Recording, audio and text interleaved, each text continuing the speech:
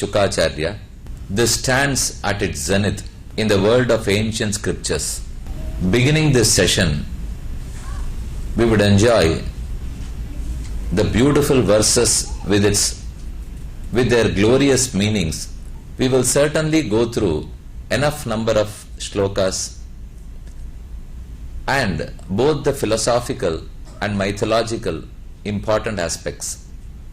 Why Bhagavata Purana? Why did it take birth? How was this universe created? That's the topic for us today. The birth of Bhagavata Purana and this universe.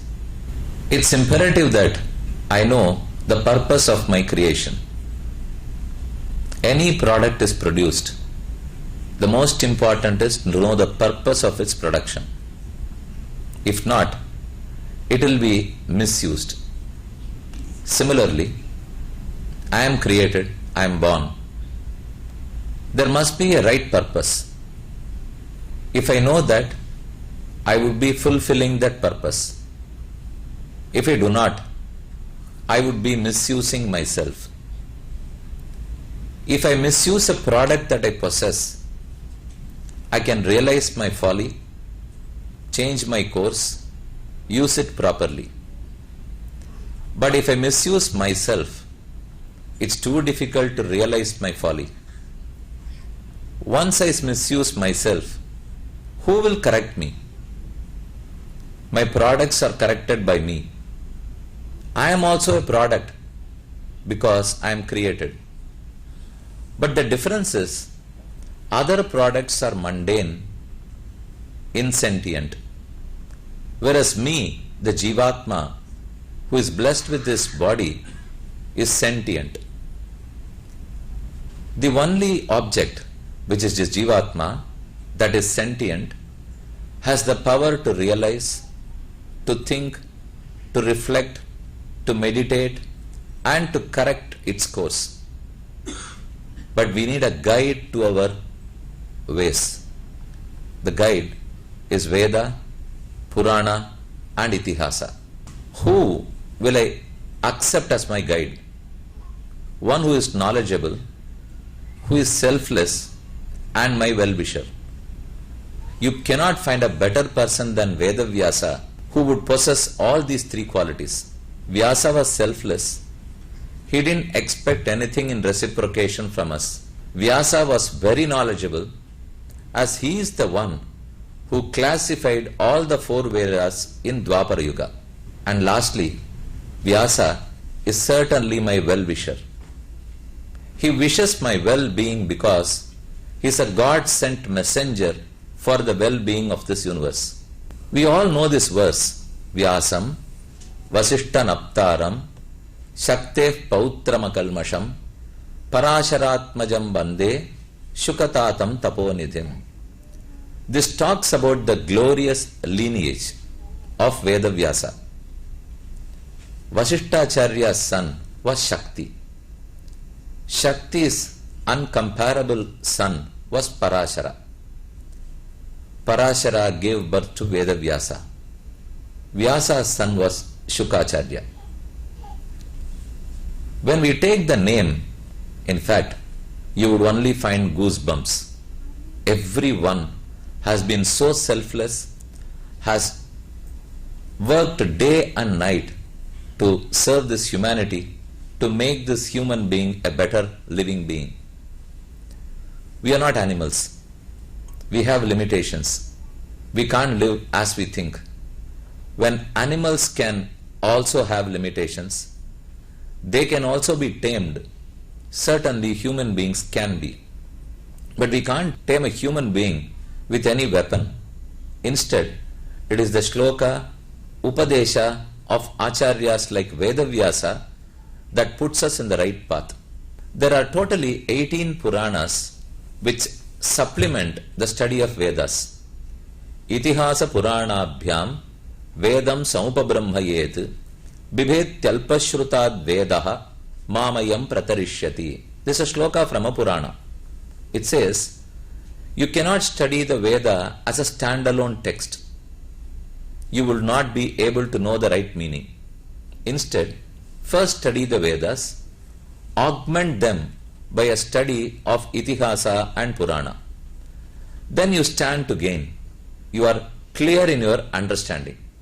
So without Itihasa Purana, Vedas are not complete. There are two Itihasas, Mahabharata and Sri Ramayana. 18 Puranas. If you see these Puranas, there are 6 Sattvika Puranas, 6 Rajasa Purana, and the last 6 Tamasa Purana. The best of the Sattvika Puranas are Sri Vishnu Purana and Srimad Bhagavata Purana. Why is Bhagavata Purana held in such an esteem? There is a reason for that. When all other Puranas are made of verses of Sanskrit language, this is also one, but still, Bhagavan Shri Krishna mentions, when I depart this material world, I will physically enter Bhagavata Purana and reside there throughout the Kali Yuga.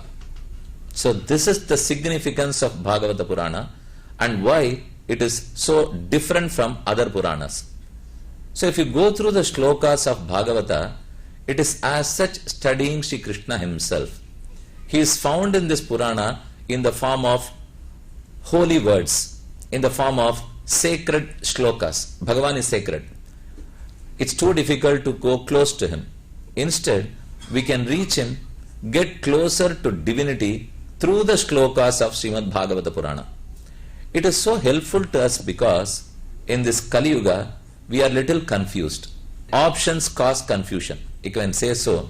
We have too many options today. If you have lesser, your confusion is lesser. If you have too many products, then it adds to your confusion. This started when we had too many cars in India. We had only 2. There was no other choices available. We bought one of the 2. Whereas today, all the cars around the world are in India, so nobody knows what to buy and what not to. Similarly, when you have too many options, too many books to study, we are confused. Instead, let us only listen to the great preachings, to the guidances of Acharyas. So Veda Vyasa chose to preach, to give the right guidance to all the human beings, Itihasa and Purana. Although the 18 Puranas are sung at different times by different people, it was Veda Vyasa who collected them and presented in gist to humanity.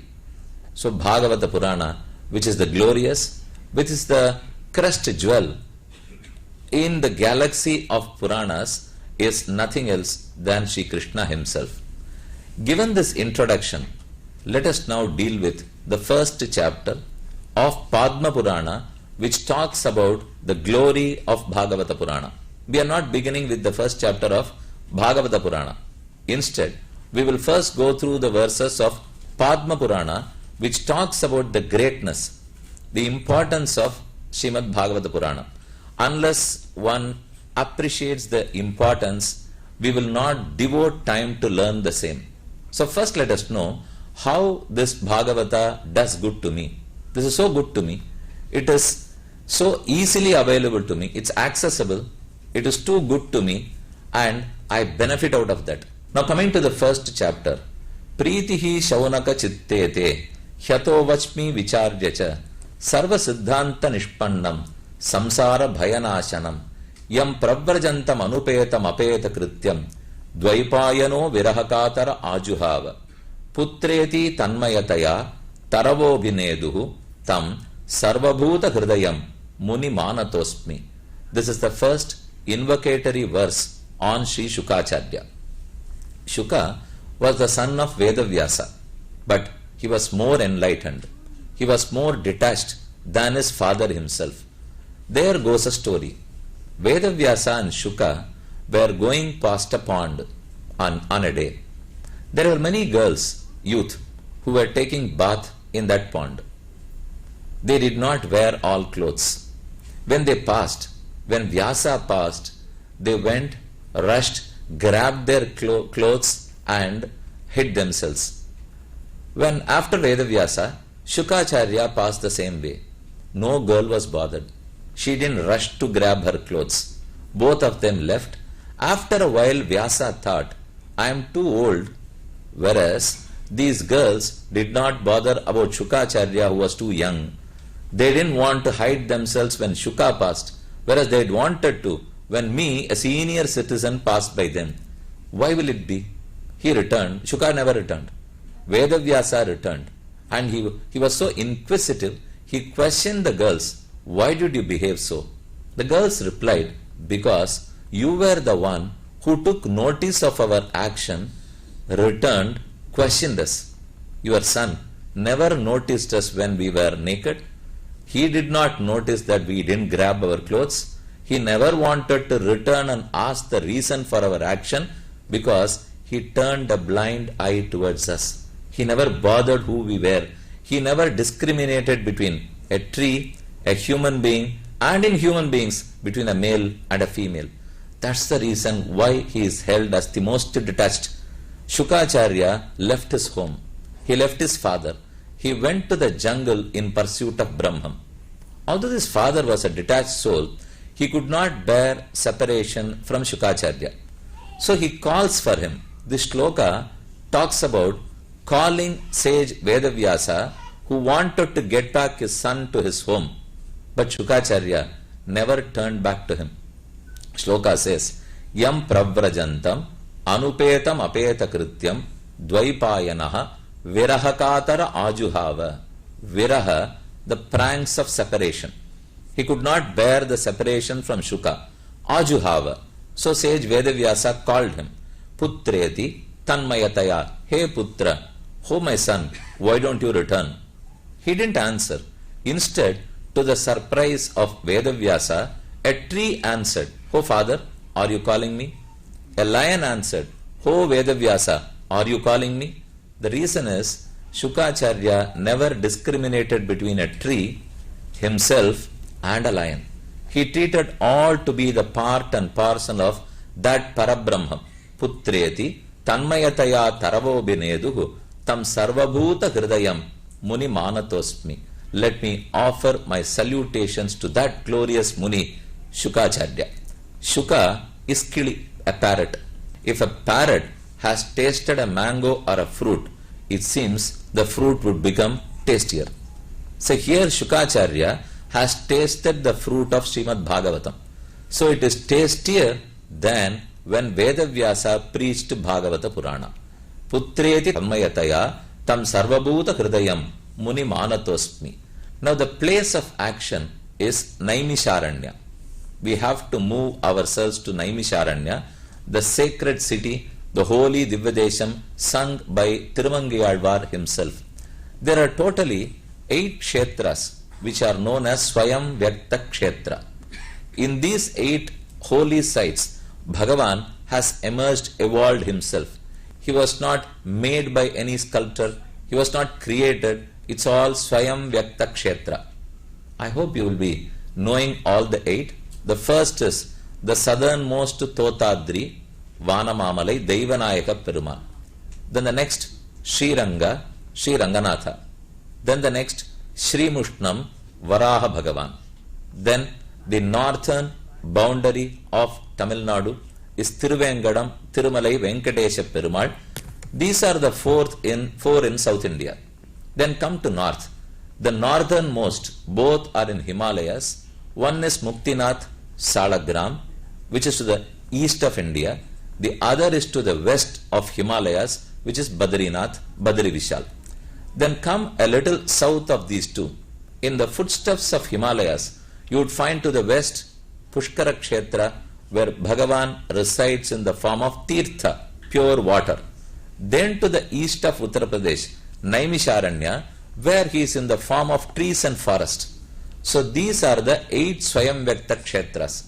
One important of this is Naimisharanya, Naimishe, Animisha Kshetre. There is a satsang happening in Naimisharanya.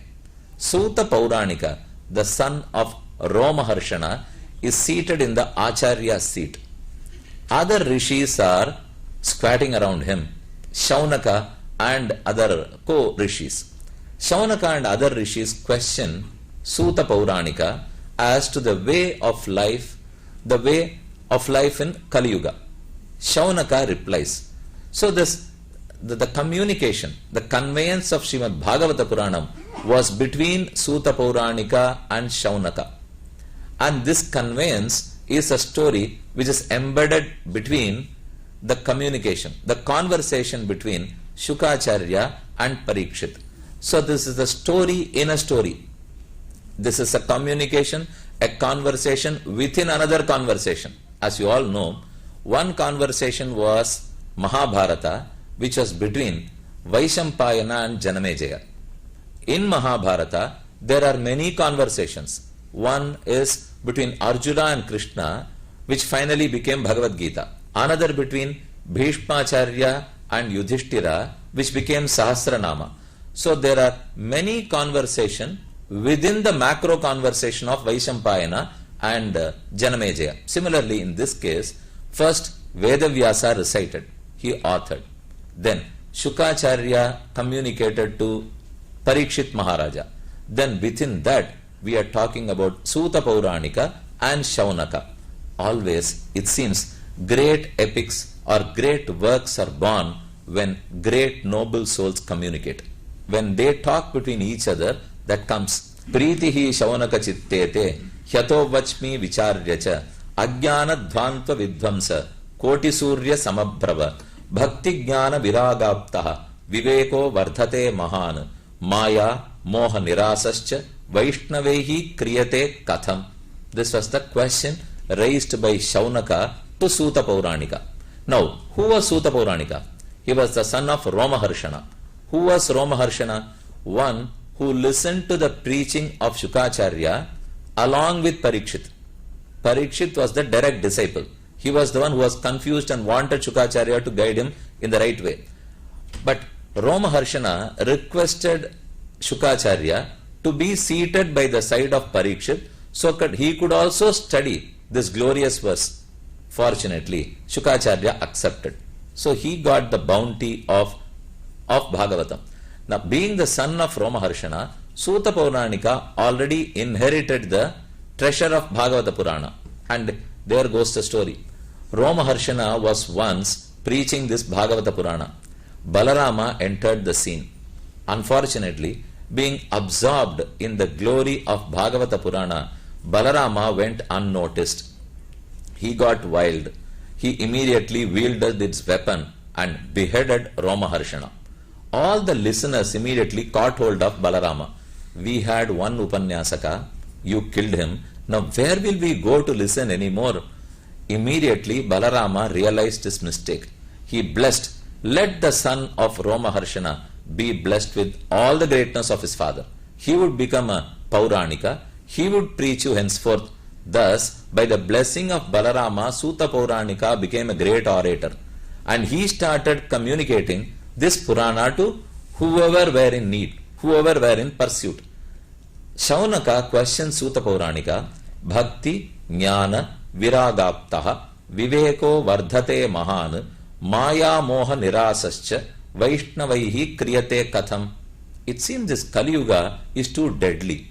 I would like to improve, develop my Bhakti, Jnana, Vairagya. The more I try to do it, I get a feeling that I am getting drowned more into this samsara. We also get such a feeling. The more we want to develop in bhakti, somehow we are being pulled and pushed back and forth by this samsara. Iha gore kalau prayaha jivascha asuratam gataha. In this deadly Kali Yuga, human being turned to be asuras and rakshasas. Kleshakrantasya tasaiva shodhane kim parayanam. When my fundamental is not strong, when my realization on Sanatana Dharma is not right, there is no point in building Dharma about that. First, the foundation has to be strong. Then, the building would stand erect. You can do all your interior decoration, what not you want. But you cannot spend if the foundation is not strong. So, can you strengthen my foundation? This was the question of Shaunaka Bhagavan. Chintamanir Loka Sukham, Suradruhu Swarga Sadhanam, Priti Shaunaka Chittete. Now, having questioned, he kept quiet. Then Suta Pauranika started talking to Shaunaka. Yes, this is a good question. When I reply to this question, not only you, but in the coming years, this entire universe would be benefited by the answer.